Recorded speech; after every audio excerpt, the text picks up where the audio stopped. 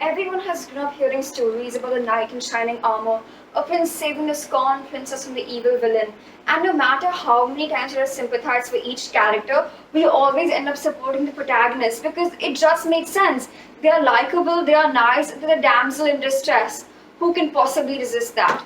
Well, we've all heard about Sleeping Beauty, Hercules, The Little Mermaid. The movies and stories we've heard throughout our adolescence is that the protagonist always wins in the end. Antagonist is always defeated, as well as being pure villainous. That is because they want to hide the darkness from our innocent little eyes and make us believe that good always defeats evil. In layman's terms, the protagonist always wins and the antagonist always loses. But have you ever stopped to think, what is an antagonist? What is a villain? Why does a villain become who or she is? And have you ever pondered how perfect your particular protagonist is? I'm not trying to ruin and misconceive your childhood, but maybe you should rethink the concept of good versus evil. So why does one event in our life define us? Why does it give us a label? Every person has a particular event that scars us in our life, and for some people more. The protagonist has not only one people but many people to rely on, and the antagonist doesn't, which is why they became so bitter and resentful in the first place. The hero is, of course, a strong and an icon. However, let's not be too hasty to judge who has been received really bad. Such as in The Sleeping Beauty, the villain has been deceived really bad by the kingdom. What storybooks show the reason for their hate is not entirely true. She got blamed and she was wrongly directed, but she was rightly reasoned. The thirst of revenge fueled their hatred. That's when it hit me. All main antagonists portrayed in a reality or in movies had a reason, they had a cause. And it was never just one thing that angered them. There were so many things that they just kept buried inside, and it finally pent up, and when it finally triggered, they exploded like a nuclear bomb.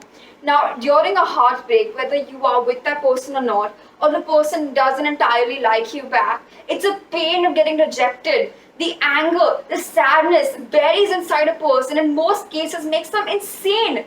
Because you never know what's going through a person's mind. The sadness, the thirst of revenge travels through their veins and brain. So never judge someone on their actions.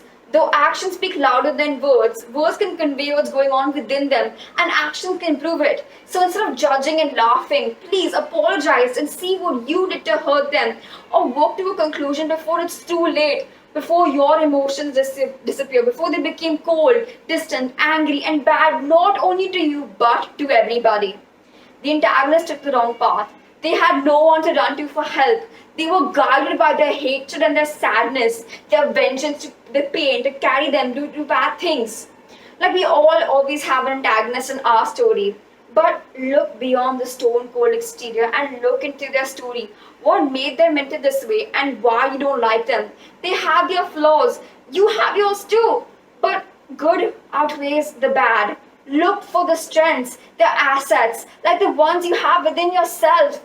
They say that the eyes are the windows to the soul.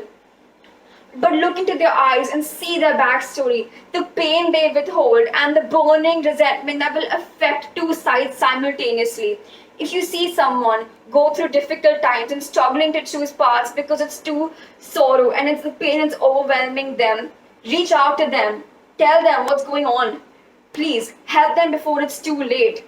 Help them channel all that pent up flurry of emotions, even though you don't particularly like them.